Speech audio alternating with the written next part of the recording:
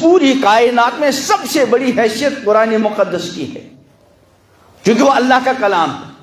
لیکن قرآن مقدس کی اس عظمت اور حیثیت کو سمجھنے کے لیے اللہ تعالیٰ کی قدرت پر، اللہ تعالیٰ کی مخلوقات پر، جو اس پوری کائنات میں پھیلی ہوئی نشانیاں ہیں، ان پہ تدبر کرے، اور ہماری باڈی میں اور ہمارے جسم میں اللہ کی جو قدرت کی نشانیاں ہیں ان پہ غور و فکر کرے، اور اس کے بعد اللہ تعالیٰ کے کلام کی ہر آیت کو پڑھے۔ جیسے میں نے ابھی آیت کریمہ تلاوت کی کہ یا ایھا الذین آمنو، اے ایمان والو، الحمدللہ ثم الحمدللہ، ہم سب کے سب کیا ہیں؟ ایمان۔ اور اس کائنات میں سب سے بڑی دولت ایمان، ایمان کی بنیادی چیز، سب سے پہلی چیز توحید، جس میں شرک کا شائبہ کوئی گنجائش ہے۔ اللہ اکبر۔ قرآن مقدس میں پیغمبر علیہ السلام کو کہا گیا صلی اللہ علیہ وسلم، قل افغیر اللہ تأمرونی اعبد ایھا الجاہلون، کیا اللہ کے سوا کے بارے میں تم مجھ سے اے جاہلو یہ سوال کرتے ہو کہ میں اس کے ماں سوا کی الیاذ باللہ عبادت کروں، یا اس کی صفات میں کسی کو شریک ٹھہراؤں؟ وَلَقَدْ أُوحِيَ إِلَيْكَ وَإِلَى الَّذِينَ مِن قَبْلِكَ، اے پیغمبر صلی اللہ علیہ وسلم اس آیت کو دھیان سے سنیں۔ وَلَقَدْ أُوحِيَ إِلَيْكَ، اے پیغمبر آپ کی طرف وحی کی گئی، وَإِلَى الَّذِينَ مِن قَبْلِكَ، اور آپ سے پہلے تمام پیغمبروں کی طرف، لَئِنْ أَشْرَكْتَ، اگر الیاذ باللہ آپ نے اللہ کے ساتھ کسی کو شریک ٹھہرا، وہاں تو اس کا امکان ہی نہیں۔ یہ امت کو، انسانوں کو بتانے کے لیے کہ پیغمبر جو توحید کے سب سے بڑے علم بردار ہوتے ہیں، وہاں کسی بھی شرک کا دور تک کوئی امکان نہیں۔ ہر پیغمبر کو کہا گیا لئن اشرکت، اگر شریک کیا، لیحبطن عملک، تمہارے سارے اعمال حبط، ضائع، رائگاں، وَلَتَكُونَنَّ مِنَ الْخَاسِرِينَ، اور بڑے نقصان اٹھانے والوں میں سے ہو جائیں گی۔ اس لیے مومن بندے کے ایمان کی سب سے بڑی بنیاد توحید باری تعالیٰ ہے۔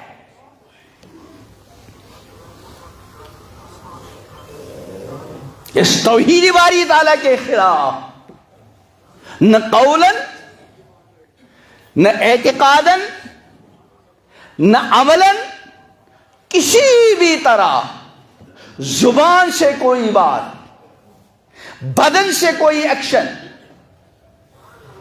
کسی طرح کی شرک کی تو گنجائش ہے، بلکہ قرآن نے صاف فرمایا کہ ان اللہ لا یغفر ان یشرک بہ، کہ یقین اللہ ہرگز اس جرم کو معاف نہیں کریں گے کہ اس کے ساتھ کسی کو شریک ٹھہرایا جائے۔ وَيَغْفِرُ مَا دُونَ ذَلِكَ لِمَن يَشَاءُ، شرک کے علاوہ جو گناہ اللہ جس کو چاہے سزا کے بغیر ہی معاف کر دیں۔ کیا مطلب؟ اگر خدا نہ خواستہ کوئی شرک کے جرم میں مبتلا ہو گیا، چاہے کسی طریقے سے، اور خدا نہ خواستہ بغیر توبہ کے دنیا سے گیا، الیاذ باللہ، الیاذ باللہ، الیاذ باللہ، اللہ کی طرف صاف اعلان ہے کوئی مغفرت نہیں۔ اور خدا نہ خواستہ کوئی دوسرا گناہ ہو اور بغیر توبہ کے چلا گیا، ضابطے کے وہ سزا کا حقدار ہے، لیکن اللہ معاف کر سکتے ہیں اور سزا بھی دے سکتے ہیں، لیکن شرک سے چونکہ پاک ہے اس لیے کبھی نہ کبھی چھٹکارا پائے گا۔ لیکن اگر شرک میں مبتلا ہو گیا کسی بھی اعتبار سے اور بغیر توبہ کے دنیا سے چلا گیا، اللہ کا صاف اعلان ہے معافی نہیں، بلکہ شرک کی وجہ سے بقیہ اعمال جو قبولیت کے لائق تھے، اب وہ سارے اعمال کیا ہو گئے؟ حبط ہو گئے۔ اس لیے مومن بندے کو توحید کے بارے میں بہت زیادہ حساس رہنا چاہیے۔ اللہ اکبر۔ امام الانبیاء حضرت محمد عربی صلی اللہ علیہ وسلم ایک موقع پر ایک صحابی نے، کسی خطیب نے خطبے کے دوران یا کسی بات پر کہا انشاءاللہ ورسول۔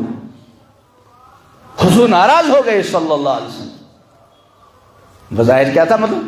اگر اللہ چاہے اور اس کا رسول چاہے، اس میں تو بظاہر ہمیں، لیکن اللہ اکبر، حضور بہت ناراض ہو گئے اور فرمایا کیا تم نے مجھے اللہ کے ساتھ شریک ٹھہرایا؟